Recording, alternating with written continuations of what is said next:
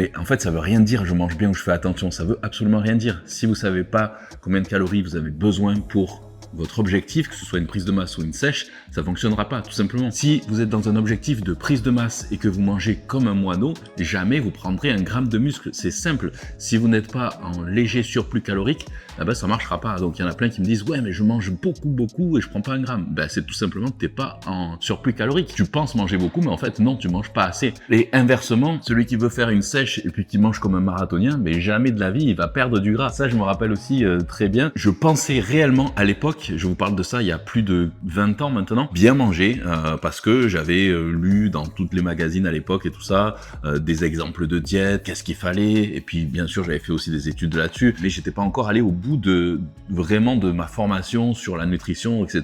J'avais pas poussé le truc vraiment à l'extrême, et j'avais pas encore fait mes premières compétitions, donc je vous parle de ça, c'était même avant 2003, parce que ma première compétition ça datait de 2003-2004. Et en réalité, quand je voyais des physiques de compétition, des compétiteurs, des bodybuilders de l'époque, je pensais vraiment que c'était impossible naturellement d'avoir un physique sec en fait. Je m'étais dit c'est soit la génétique, soit les produits, mais en gros je me disais j'avais pas la génétique pour avoir les abdos tracés, pour être sec, pour pouvoir prétendre à faire une compétition. J'avais pas réalisé l'impact d'une réelle alimentation vraiment calibrée et du coup précise, où on pèse chaque aliment. Et c'est vraiment là, quand j'ai commencé ma toute première compétition, donc à l'époque en FFHMFAC, donc Fédé naturel à l'époque, je faisais moins de 80 kilos. C'est la toute première fois de ma vie, alors que je faisais déjà de la musculation depuis plus de 8 ans à l'époque, que j'ai vu ce que c'était réellement d'être sec en fait. Parce que je commençais à peser tous mes aliments. J'ai fait aucun écart pendant 6 mois, 1 an à l'époque pour ces premières compétitions-là, mais ça a fonctionné. Tout simplement, pourquoi? Parce que j'avais une diète approximative jusqu'à présent et je ne pesais pas mes aliments, je n'avais absolument aucune idée de ce que je mangeais.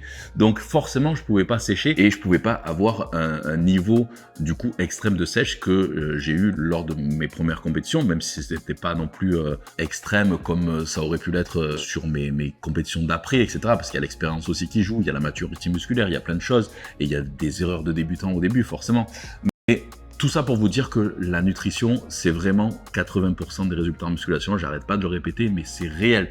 C'est vraiment quelque chose qu'il faut pas prendre à la légère. Il faut pas se dire ouais mais je mange bien, ouais mais je mange sain, je mange que des aliments non transformés, je mange ci, je mange là, mais ça veut absolument rien dire. Si vous calculez pas vos besoins caloriques, ça marchera pas. Donc tout ça, vous pouvez très bien le faire d'ailleurs avec mon application Metamorphix. Du coup, même gratuitement, vous avez un calculateur de calories et macros intégré